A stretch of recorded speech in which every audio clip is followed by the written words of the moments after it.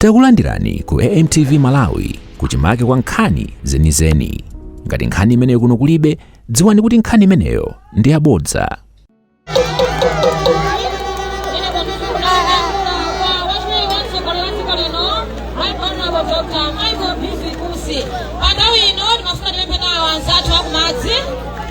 Kutitsogolera ndithu pamene Gule Wamkuluyu ali mgalo ang'oma thandizireni chiko china chalala amenemu mosunga nthawi ndithu anzathu akumadzi chalala ndithu chalala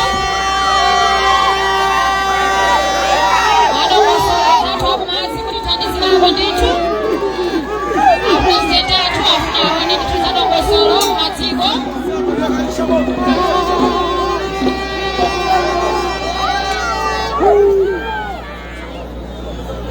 Azimai alisamba jamaimba nyimbo karibuni bafupi adongosolo ndithu anzathu akumadzi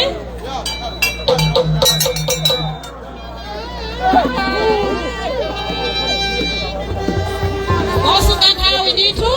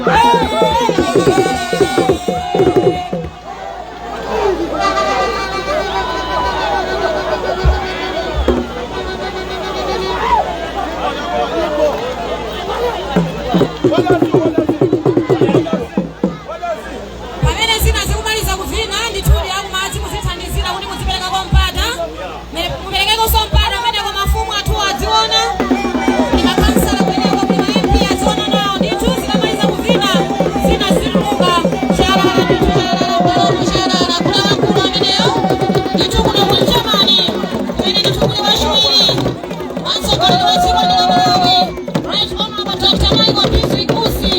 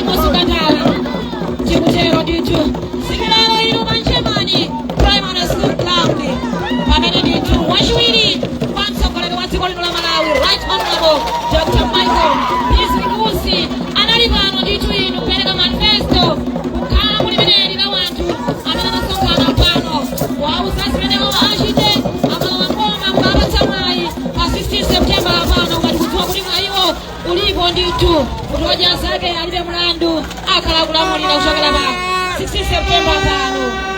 Ayi zikomo kwambiri ameneyo anali ndithu Gule Wamkulu kutisangalatsa pamalo pano. Wodya zake Dr. Michael Usi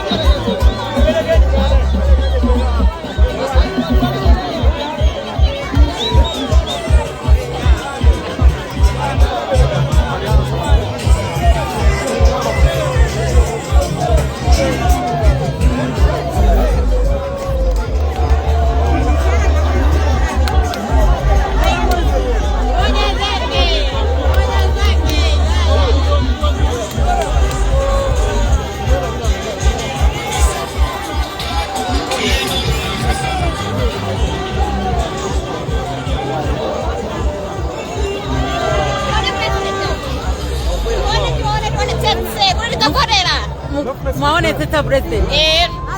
Kubera kwa mwasangalala. Asangasa zedi. Agudi jani, odia zake. Zoona tu. Edi. Mwadi bwanji. Oji zaka alibe mulandu. Alibe mbili. Nakunya dilani.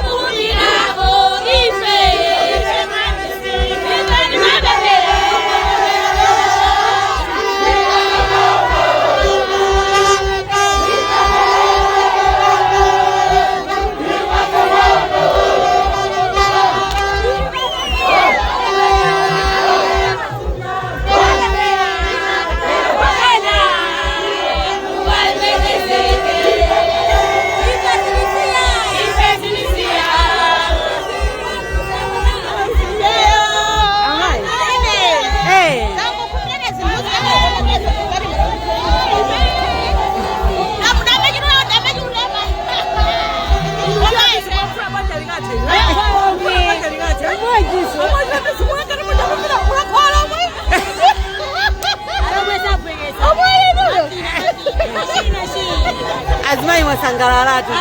Abili mama. Pero yadi awambi. Mwadi. Sikunafika wa president, wa yanga mene president tufika huko ndo wasangalala. Mwako ndausi. Mwako ndausi. Alimanja mwaka ausi. Kwa 16 mukadi jani. Wa 16 ni ndausi. Takunyadirani. Zikomo. Kaya jimwene. Zikomo takuthokoza.